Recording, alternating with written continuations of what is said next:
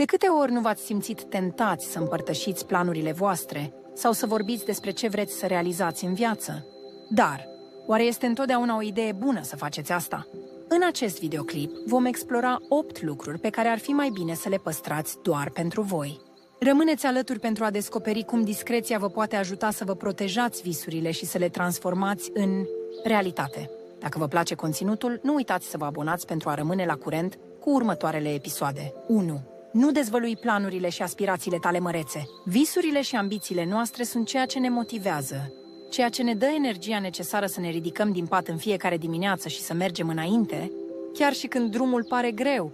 Dar ceea ce mulți dintre noi nu realizăm este că, în mod paradoxal, uneori cea mai bună metodă de a ne proteja visurile este să le păstrăm pentru noi. De ce? Pentru că nu toată lumea din jurul tău va înțelege măreția planurilor tale. Poate că îți dorești să-ți începi propria afacere sau să pleci într-o aventură extraordinară în altă țară. În loc să împărtășești aceste visuri cu toată lumea, ar fi mai bine să începi să le pui în practică, pas cu pas, fără să primești opinia tuturor. De ce? Pentru că mulți oameni, chiar și cei apropiați, pot proiecta propriile lor frici și nesiguranțe asupra ta.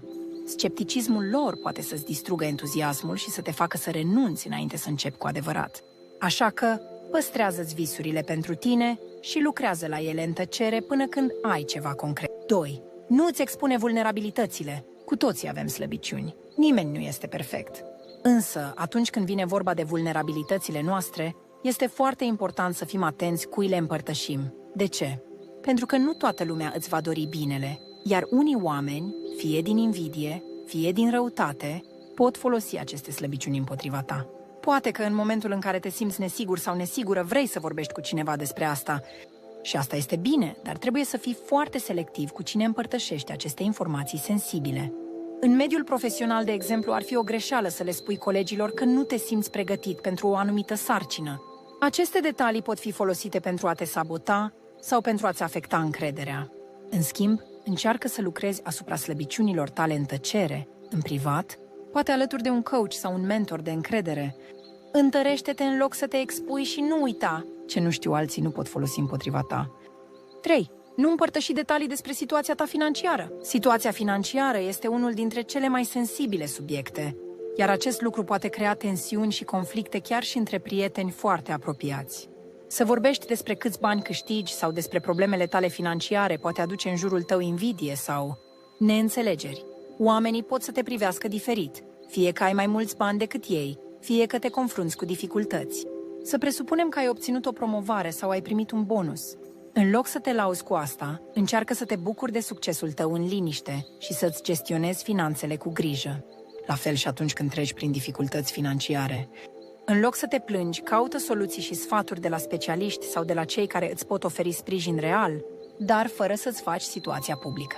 În general, discreția financiară îți protejează atât imaginea cât și relațiile cu cei din jur. Lasă-ți veniturile să fie problema ta și evită să faci din ele un subiect de discuție. Este un mod sigur de a păstra armonia și de a evita tensiuni inutile. 4. Nu discuta despre dificultățile din relația ta. Relațiile de cuplu sunt complexe și este perfect normal să avem momente în care lucrurile nu merg bine. Însă ce trebuie să înțelegem este că atunci când împărtășim problemele noastre de relație cu alții, chiar și cu prietenii cei mai apropiați, riscăm să complicăm situația mai mult decât este necesar. De ce? Pentru că ceilalți nu trăiesc în pielea noastră și nu pot înțelege pe deplin dinamica relației noastre. Să spunem că ai avut o ceartă cu partenerul tău și te duci la un prieten pentru sfaturi. Poate acel prieten îți spune să faci ceva ce nu este potrivit pentru relația ta, bazându-se pe propria lui experiență. Sau poate îți va sugera să iei o decizie pripită, fără să cunoască toate nuanțele situației. În plus, după ce te împaci cu partenerul, imaginea pe care prietenii tăi și-au format-o despre el poate rămâne una negativă. În loc să discuți despre problemele tale de relație cu alții, încearcă să rezolvi conflictele direct, prin comunicare deschisă cu partenerul tău. Astfel, îți protejezi relația și eviți sfaturile nepotrivite care pot să agraveze lucrurile. 5. Nu te lăuda cu reușitele tale până nu le finalizezi complet.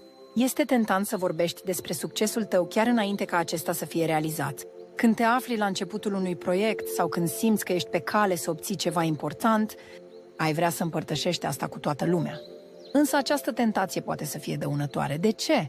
Pentru că atunci când vorbești despre reușitele tale înainte să le atingi, îți creezi presiune suplimentară. Ce se întâmplă dacă lucrurile nu merg conform planului? Dacă apar obstacole neprevăzute și nu reușești să finalizezi proiectul, atunci vei simți dezamăgirea nu doar față de tine, ci și față de cei cărora le-ai promis prea mult. În plus, alții pot să devină sceptici și să îți ofere critici inutile. Așadar, este mult mai bine să lași rezultatele să vorbească pentru tine. Lucrează în liniște, depășește obstacolele pe parcurs și când ai atins cu adevărat succesul, atunci poți să împărtășești cu ceilalți. În acest fel, nu doar că îți protejezi motivația, dar te ferești și de comentarii premature. 6. Nu-ți expune vulnerabilitățile. Vulnerabilitatea este un sentiment natural și uneori chiar o forță, pentru că ne ajută să ne conectăm cu ceilalți la un nivel mai profund. Însă, atunci când vine vorba despre vulnerabilitățile tale personale, trebuie să fii atent cui le împărtășești. Nu toată lumea este pregătită să te sprijine sau să-ți înțeleagă nesiguranțele.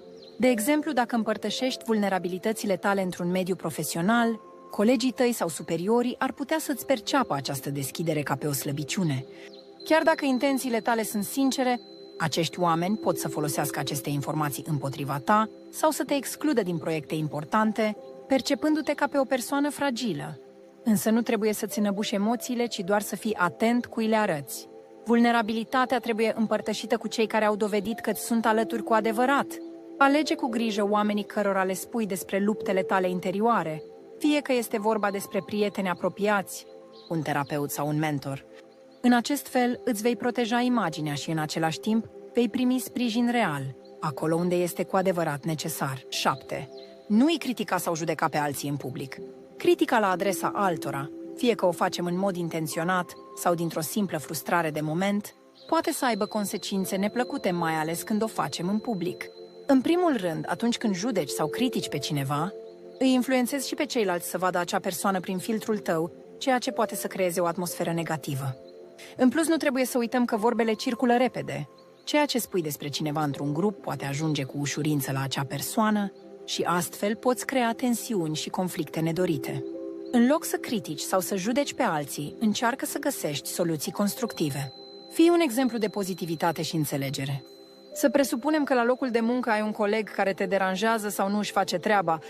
În loc să-l critici în fața altor colegi, încearcă să abordezi problema direct cu el sau să găsești soluții împreună cu echipa, într-o manieră constructivă. Nu doar că vei evita tensiunile, dar vei câștiga și respectul celorlalți. 8. Nu împărtăși ideile inovatoare înainte să le implementezi.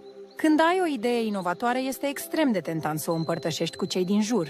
Vrei să auzi ce părere au, să te valideze sau chiar să îți ofere sugestii. Însă, din păcate, nu toți oamenii au intenții bune și, uneori, ideile tale pot fi furate sau copiate înainte ca tu să ai șansa să le implementezi. Un proiect, o afacere sau o idee creativă necesită timp și energie pentru a fi realizate.